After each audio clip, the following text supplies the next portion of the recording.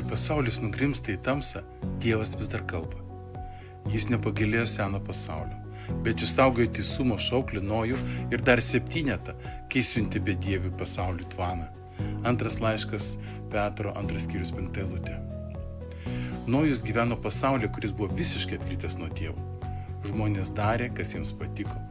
Jie valgė, gėrė, tuokėsi, linksminosi, statė, planavo. O kaip Dievas? Jis tapo bereikšmis, nebereikalingas ir užmirštas. Ir šiandieną yra labai panašu. Kai kuriems Dievas tik senų laikų prisiminimas.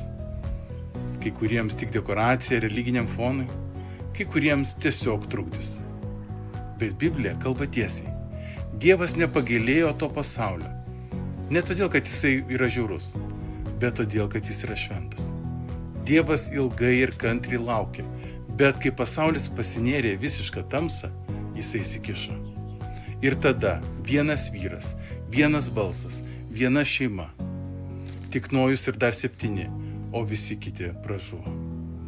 Nojus nebuvo tobulas, bet jis tikėjo, jis pakluso, jis kalbėjo, jis buvo teisumo šauklys.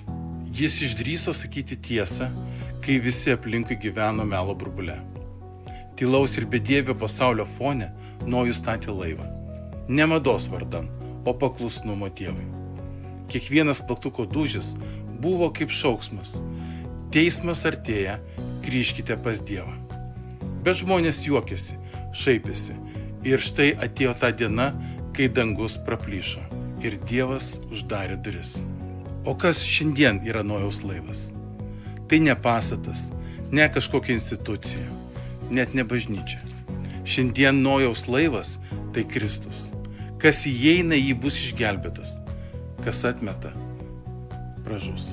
Ką tu darai šitam pasaulyje? Ar tyliai eini kartu su dauguma? Ar stovi su Dievu, net kai tai kainuoja? Yra geros naujienos.